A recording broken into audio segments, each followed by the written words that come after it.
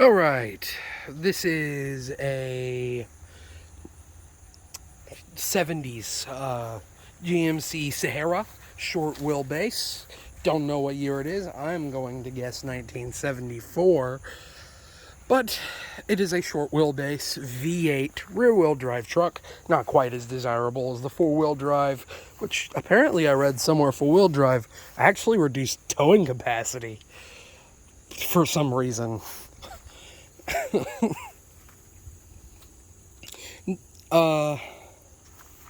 And these are really cool trucks. These are probably my favorite style of trucks. Well, I'm not as big of a fan as the round headlights. Personally, I like the 80s one back there more. The exact same, pretty much, other than the square headlights and a different grille. I just like the grille better. The headlights and the grille better. Probably an unpopular opinion, but who cares? I don't care. I'm just some random kid on the internet. Anyway, these trucks are very cool. I adore these trucks. I love them. I mean, like full-size trucks. And they're the quintessential muscle truck. They are what you think of when you hear muscle truck. Maybe not the GMC, but the Chevy's the same thing. If I can get the door open. There we are. As you can see, this one has seen better days, as everything I film, heck, even some of the stuff I drive has seen better days.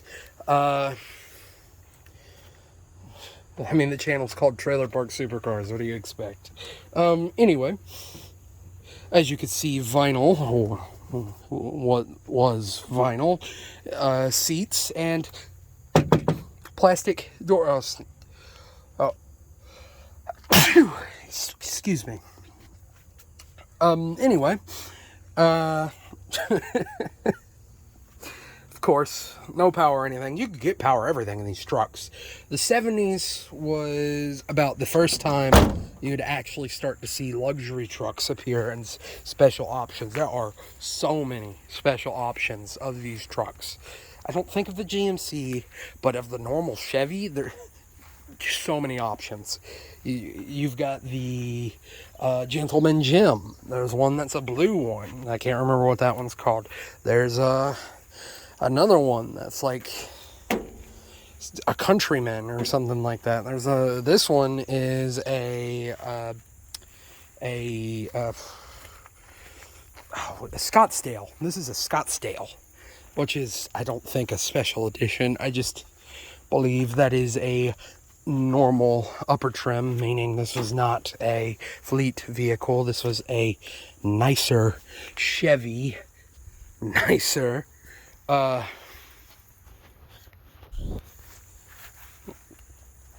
really don't know how much the motor has more horsepower. They can tow the exact same, something around 5,000, 6,000 pounds is the towing capacity. 40 to 5 something thousand for the four-wheel drive. You could get all kinds of engines in these things, to be fair though. This V8, it's either the 307 GMC V8. There's no difference in between that one and the 305. The 307 is just slightly bored. Unless I'm completely wrong and GMC has their own blocks. No, I'm sure somebody will let me know. Anyway,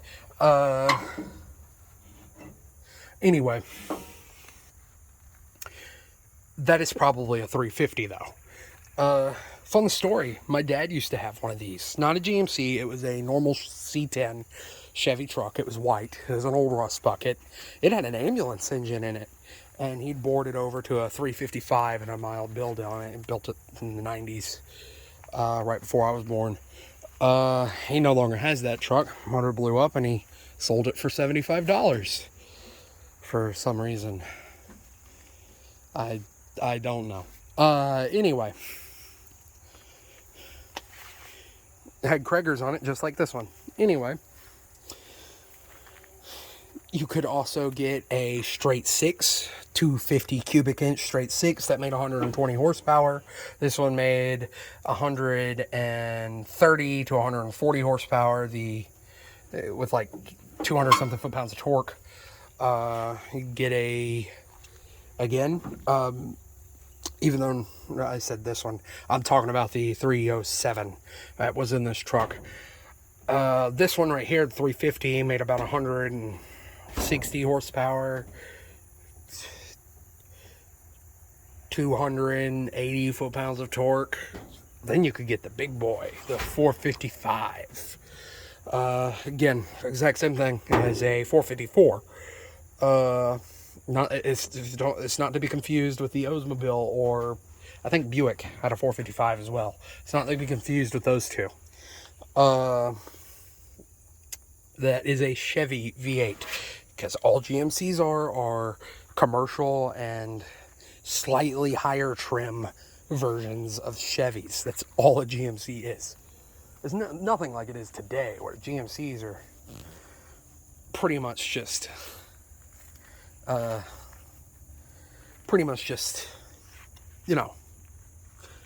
kings of the road. About the only things truck-wise that are nicer than them are actual Escalades. And even then, those don't have truck beds. You can't haul stuff in that one. Well, I think now you can. I think they have a new XTS, which is a full-body Silverado, but I'm not quite sure. So it's come full circle again.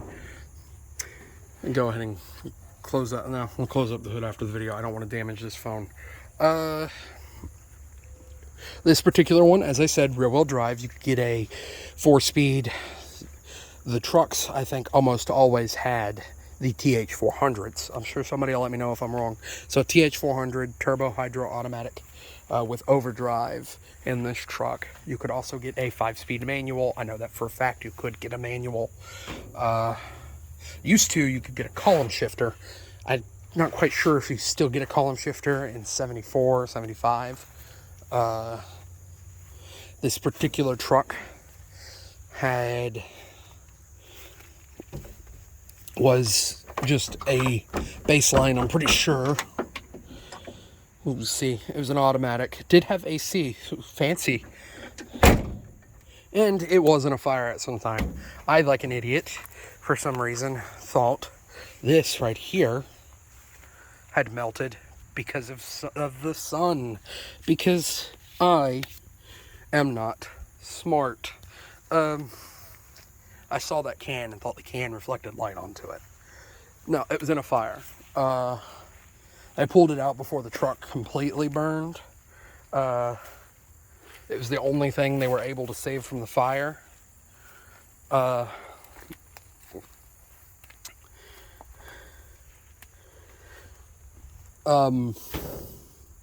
about all I know of the story of the truck.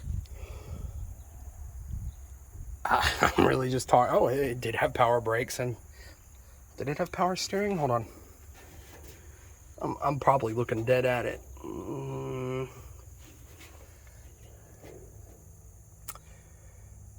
Yeah, there's the brake booster. I'm stupid. Yes, it did have power steering. It was a power steering car. Unless I'm not. Okay, look. If I said it has power steering, you're going to call me stupid. Even if I said, if you made it this far and I said that, you're going to call me stupid anyway.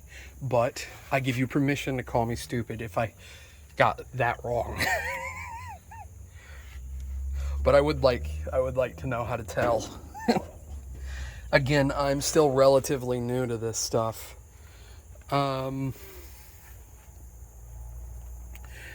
I'll be going to school for it here in a couple of weeks. I'm getting better, but I'll be going to actual school for it, and I should know what I'm doing then.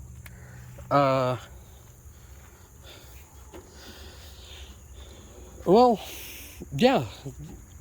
These are just really cool trucks. At least I think so. I'm sure a lot of you do too. And I guess something that would be cool to see done to this is they're done to death, but LS swap. These trucks are super cool with LSs.